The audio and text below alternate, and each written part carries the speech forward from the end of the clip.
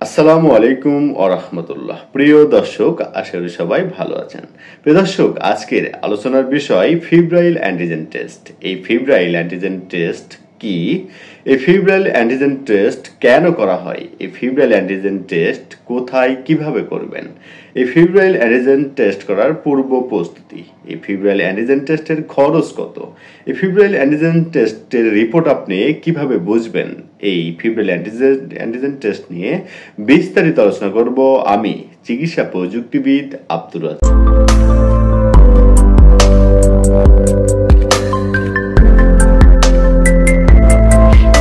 প্রিয় দর্শক, তাহলে প্রথমেই আমরা জানব এই ফিব্রাইল অ্যান্টিজেন টেস্ট কি। এই ফিব্রাইল অ্যান্টিজেন টেস্ট একটি ব্লাড টেস্ট, যাকে সাধারণত টিফুল অ্যান্টিজেন নামেও টেস্ট অনেকে চিনে থাকে। এই ফিব্রাইল অ্যান্টিজেন টেস্টের মধ্যে রয়েছে আরও তিনটি টেস্ট, সেটি হচ্ছে ভিডাল টেস্ট, ওয়েলফ্লেক্স টেস্ট এবং হচ্ছে ব্রুসিলা টেস্ট।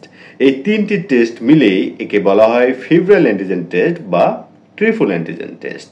এটি মূলত এক ধরনের রক্তের পরীক্ষা। এটি মূলত টাইফয়েড, প্যারাটাইফয়েড এবং অন্যান্য জ্বর শনাক্ত করার জন্যই এই টেস্ট সাধারণত করা হয়ে থাকে। এটি সালমোনেলা ব্যাকটেরিয়া বা অন্য কোনো অ্যান্টিজেনের উপস্থিতি নির্ণয় করার জন্য এই টেস্টটি করা হয়ে থাকে। প্রিয় দর্শক, এবার আমরা জানবো এই ফিব্রাইল অ্যান্টিজেন টেস্ট কেন করা হয় বা কাদের করা হয়। দীর্ঘদিন যাদের জ্বর থাকে, পেট ব্যথা, মাথা ব্যথা, দুর্বলতা এবং ক্ষুধামন্দা এবং টাইফয়েডের সন্দেহে এই ফিব্রাইল অ্যান্টিজেন টেস্ট করা হয়। প্রিয় দর্শক, এবার আমরা জানবো এই ফিব্রাইল টেস্ট করার পূর্ব প্রস্তুতি। এই ফিব্রাইল টেস্ট যেহেতু একটি রক্তের টেস্ট, সেহেতু এই টেস্ট করার পূর্বে অবশ্যই ঢিলেঢালা পোশাক পরে এসে ব্লাড দিতে হবে এবং এই টেস্ট করতে হবে সাধারণত আপনার জ্বর হওয়ার 7 দিন পরে বা 5 থেকে 7 দিন পরে এই টেস্ট যদি আপনি করান, সেক্ষেত্রে আপনার এই রেজাল্ট সঠিক হওয়ার সম্ভাবনা 100% থাকবে। প্রিয় দর্শক, এবার আমরা জানবো এই টেস্ট আপনি কিভাবে করাবেন। এটি যেহেতু একটি রক্তের টেস্ট, সেহেতু একজন চিকিৎসা প্রযুক্তিবিদ আপনার ভেইন থেকে 2 থেকে 3 সিসি ব্লাড একটি রেড টিউবের মাধ্যমে নিয়ে সেটি তিনি ল্যাবে পাঠাবেন এবং ল্যাবে সেন্ট্রিফিউজের মাধ্যমে ব্লাড থেকে সিরামকে সেপারেশন করে সেই সিরাম দিয়ে এই ট্রিফুল অ্যান্টিজেন টেস্টটি তিনি করে থাকবেন। প্রিয় দর্শক, এবার আমরা জানবো এই ট্রিফুল অ্যান্টিজেন টেস্টের খরচ কত। এই ট্রিফুল অ্যান্টিজেন বা ফিব্রাইল অ্যান্টিজেনের খরচ 500 থেকে 700-র মতো হতে পারে। বিভিন্ন ডায়াগনস্টিক ভেদে বা বিভিন্ন এলাকা ভেদে এর কম বেশি হতে পারে। প্রিয় দর্শক, এবার আমরা জানবো এই ফিব্রাইল অ্যান্টিজেন টেস্ট আপনি কোথায় করাবেন। এই ফিব্রাইল অ্যান্টিজেন টেস্ট আপনি বাংলাদেশের যে কোনো ভালো মানের ডায়াগনস্টিক বা হসপিটালে আপনি এই ফিব্রাইল অ্যান্টিজেন টেস্টটি করতে পারেন। প্রিয় দর্শক, এবার আমরা আসি এই ফিব্রাইল অ্যান্টিজেনের রিপোর্ট আপনি কিভাবে বুঝবেন।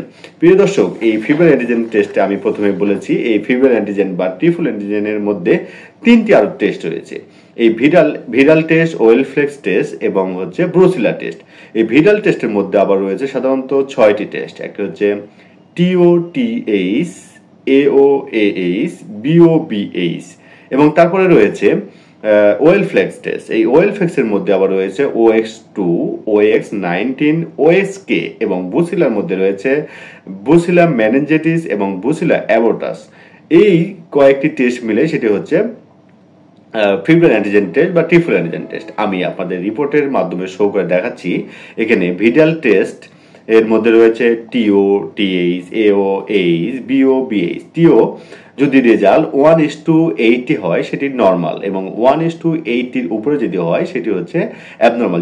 এখানে রয়েছে 1:160 বা এর বেশি হতে পারে, যেমন 160 মানে বেশি হবে যেটা, সেটা হচ্ছে অ্যাবনর্মাল আর কি। এর নর্মাল রেঞ্জ হচ্ছে 1:8। এটি সবার ক্ষেত্রেই TOTH, AOBH, আবার হচ্ছে ওয়েলফ্লেক্সের ক্ষেত্রে OX2, OSK এবং বুসিলার ক্ষেত্রে বুসিলা অ্যাবর্টাস এবং মেনিনজাইটিস। এই সবগুলা ক্ষেত্রে যদি 1:80-র বেশি হয়ে, যেমন 1:160 হয়, তাহলে সেটি আমরা টাইফয়েড হিসেবে ধরে নিতে পারি। প্রিয় দর্শক, এই টেস্ট সম্পর্কে কারো কোনো অভিজ্ঞতা থাকলে বা কোনো প্রশ্ন থাকলে সেটি তার কমেন্টের মাধ্যমে শেয়ার করতে পারেন। সকলে ভালো থাকবেন, সুস্থ থাকবেন। আল্লাহ হাফেজ।